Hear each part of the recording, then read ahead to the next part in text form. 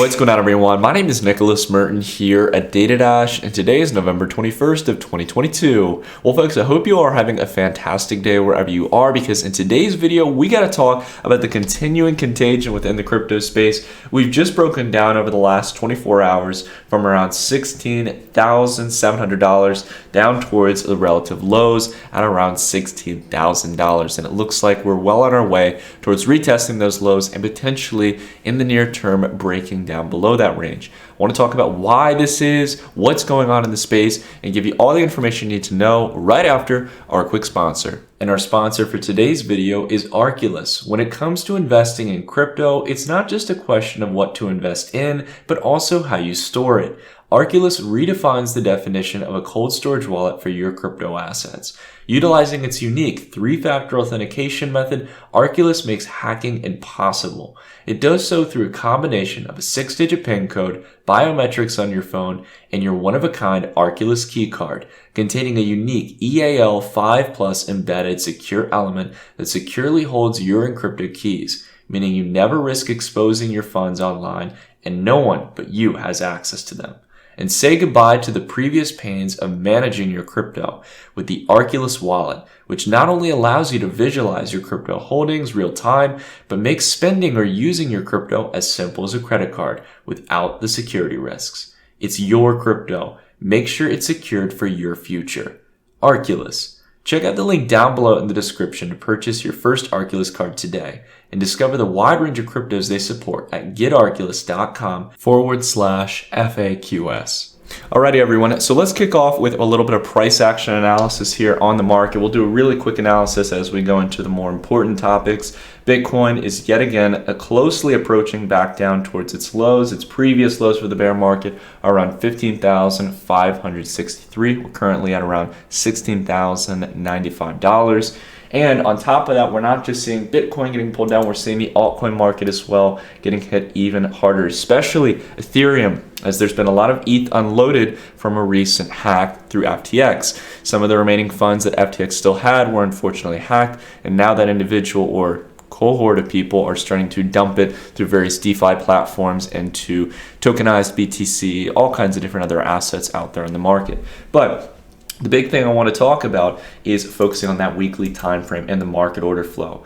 As we've emphasized many times before, we think Ethereum is way overvalued at these levels. I love ETH on a fundamental level, but at the same time, at these valuations, according to typical bear markets, this is way overvalued. And we need to understand that it's likely that the worst is going to play out according to the macro sentiment right now. And the same goes here with Bitcoin. If we take you to the weekly time frame again, it's still looking like we're moving lower and further away from that 200-week moving average, further proving that the damage that has been caused by some of these cascading events within the crypto space, mainly through centralized finance providers like FTX, are going to continue having a weighing effect. And that's the topic of today's video we're going to be diving into in just a moment. But I just want to take a real quick look at our partner Bookmap here, try to get an understand of the market order flow in the market. And boy, I got to tell you guys, it does not look good. We got a lot of bids getting filled here, and while that might seem good, that's removing bid side support with some heavy market sell side pressure.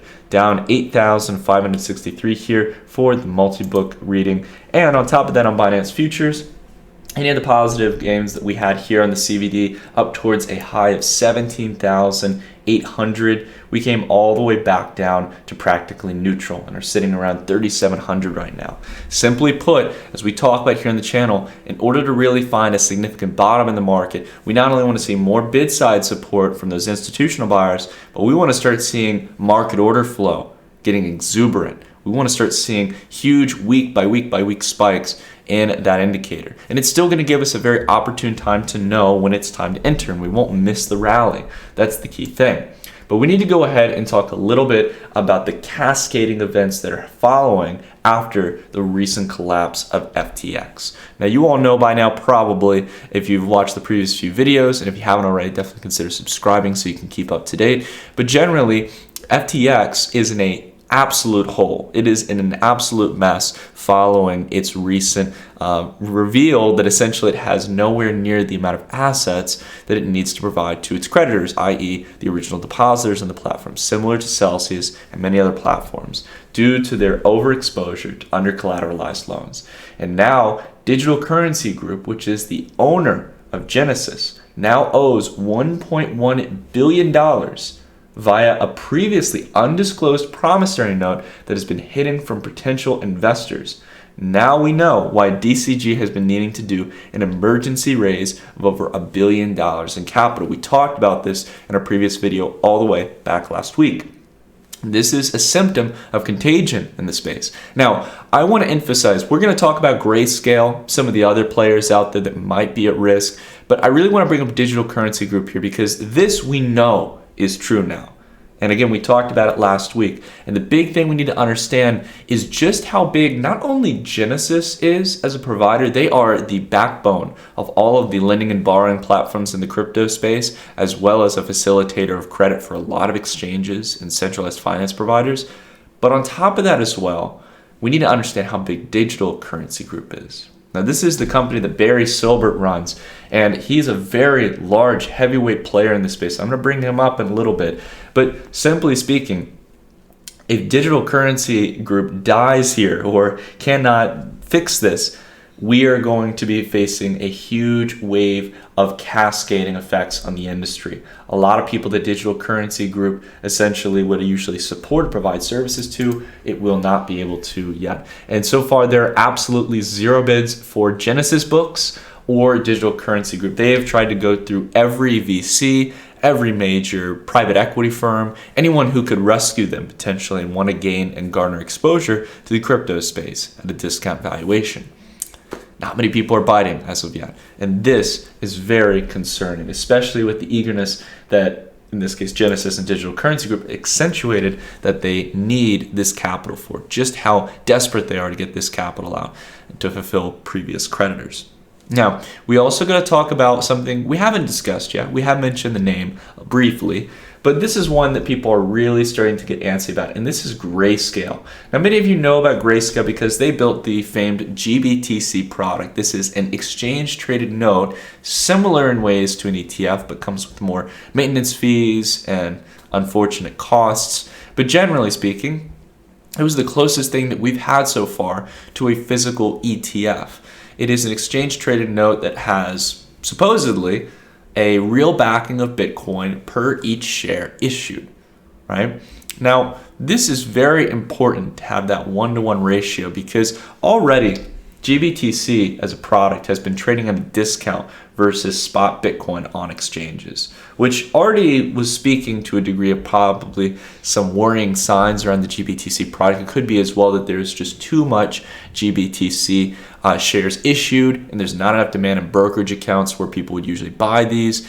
But the main point I want to bring up is that the premium has started to move even lower because all the while Grayscale has been on a massive PR campaign to reassure people that there is a real one-to-one backing with the amount of Bitcoin that there are in their holdings for the amount of GBTC shares issued to investors.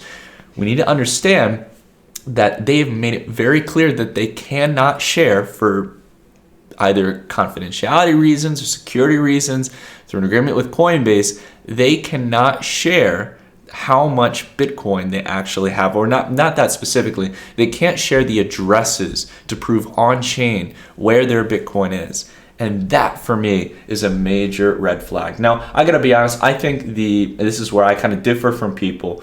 I think the Digital Currency Group and Genesis situation is much more palpable and real now than any concerns around Grayscale because they do have Coinbase custody holding the funds. And on top of that as well, this is a publicly traded ETN product and Coinbase is a publicly traded product. While I'm not saying that they're perfect, we've clearly had publicly traded companies who scuff their financials or go bust. We just talked about Enron last week, right? There are a lot of companies that can go bust or do the wrong thing, even though they're publicly traded. So that's why I say, not your keys, not your crypto. Get them off exchanges right now if you can into a self-custodial wallet, a trusted one, and make sure you write down your seed phrase. But I gotta say this is there's a much lower probability of this turning out to be fraudulent, i.e. that there's less Bitcoin than they're stating. But it doesn't mean it's perfect. The fact that they can't share the simple addresses or create a quick, swift agreement with Coinbase to share them, I don't get why they wouldn't be able to share this, because there's no security risk to this. Anyone can look on chain at the largest wallet addresses for Bitcoin, and they're not going to be able to access those funds because they need a private key. And unless Grayscale and Coinbase is somehow worried about that, I would be more concerned if they're worried that there's somehow a security vulnerability with me knowing the public address, because anyone can access that. It doesn't matter if it's a Grayscale address or not, or whoever owns it. It's public data. So I'm really, really cautionary as to why Grayscale is not sharing this information. And you can just see here that it has continued to push the premium/discount, in this case the discount to the net asset value that they're claiming on the books, even lower. This is starting to lead a lot of investors to panic, and now either leading people to either selling it, moving their money over and buying Bitcoin separately, or just being out of the ecosystem. One of the few vehicles that we had to invest in the crypto market is not able to provide its own books of its assets on chain. That is absolute madness in my opinion. And they need to do something about it swiftly, because this is a major PR nightmare. The community has now started to go out and try to find proof of reserves on chain. They're trying to do some pretty significant on-chain analysis, which I gotta say, they're doing God's work right now. This is what the team, a Digital Currency Group, and Grayscale should be doing. But unfortunately, we have to turn to the community and some really solid on-chain analysis. The scary thing is, so far they've only been able to find, the results so far are about 50% of the claimed reserves, around 317,000 BTC. So this is an important figure when Grayscale is claiming to have, I think, upwards of around 600,000 Bitcoin on their books. It'd be great if they could provide those data points. So in case this is FUD or not really good on-chain analysis, then we can start to get better insights. But the big thing that is the biggest giveaway for me, and as you can see, I have notifications on for Barry Silbert. I think he's a really cool guy. I followed him for a long period of time. He is a titan in the crypto space, right? And he is one of the major founders and CEO currently at Digital Currency Group. And so far, if you look through his Twitter thread, he's doing nothing but retweeting damage control from either articles on major crypto sites or retweeting Digital Currency Group, Grayscale tweets, you name it. Now, Barry, if you followed him on Twitter throughout the bull market or throughout his entire history in the crypto space, he is very pronounced. He's very out there. He's sharing his opinions, talking about what they're excited about, what they're investing in, things to watch for, being a voice in the space. And right now, I'm hearing nothing. I'm not here to call out Barry Silbert. I'm not trying to insult him by any regard, but this is the kind of stuff that happens when your PR team is saying, zip it. We're trying to get this under control here. And that makes me very, very concerned. That is a big red flag in my books. To not see Barry Silbert out there forward-facing, speaking out as a CEO tells me that something's going on under the hood. Now, there's one last thing I want to talk about within crypto, and then we're going to talk a little bit of the macro sentiment, is that Bitcoin is about to drop below average mining costs. Now, we talked last week, again, about miner capitulation and how we have not seen this yet. We looked at, on Friday, one of the charts from CryptoQuant, where we essentially were looking at the MERV, I think it's the MRVR ratio, which essentially is tracking, or no, maybe the Plum multiple, my apologies. I sometimes get the names mixed up. But it essentially tracks, generally, how much miners, in the sense of the mining cost that they have today and what they could sell it for, what kind of ratio they have against the mining cost versus the last 365 days. Generally speaking, during euphoric periods, it's much more profitable for miners, and during capitulation periods and periods of consolidation in the space, usually that ratio enters into very low territory. And as we can see, as we talked about the other day, we have not entered in that capitulation territory yet. When we get below average mining costs, this is when the capitulation happens. And Dylan LeClaire brought up a really good chart here. Essentially speaking, we've had declining price and mining difficulty accelerating. When mining difficulty accelerates, this means more people, at least according to the chart, more than ever are mining Bitcoin. And while a lot of people think this is great, this is optimistic, this is exciting, it likely means that too many people are too exposed. And we have seen through heavy mid-cycle corrections or bear markets that at a minimum, you are going to see this hash rate decline. And during those periods of time, it isn't nice. It is heavy. It weighs down price essentially because miners have huge multi-billion-dollar stakes as a whole in the mining industry.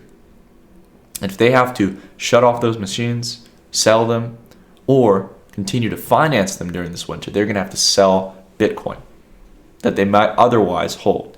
It's about 50-50. Some people operate on a very functional basis as miners, sell the Bitcoin, contain their margins of 2 to 3% from their original cost. But on the other end, there are some people who generally would just hold Bitcoin. They're not going to be able to get credit or short-term debt right now. No one's financing them.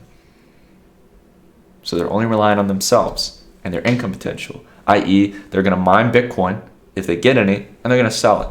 And that's just going to weigh down price even more. It's going to knock miners out of the market as the price goes lower, the margins decline, and weaker players in the mining space start to get knocked out. We got to be prepared for this, guys. We got to be prepared. Now, one last thing I wanted to talk about as well.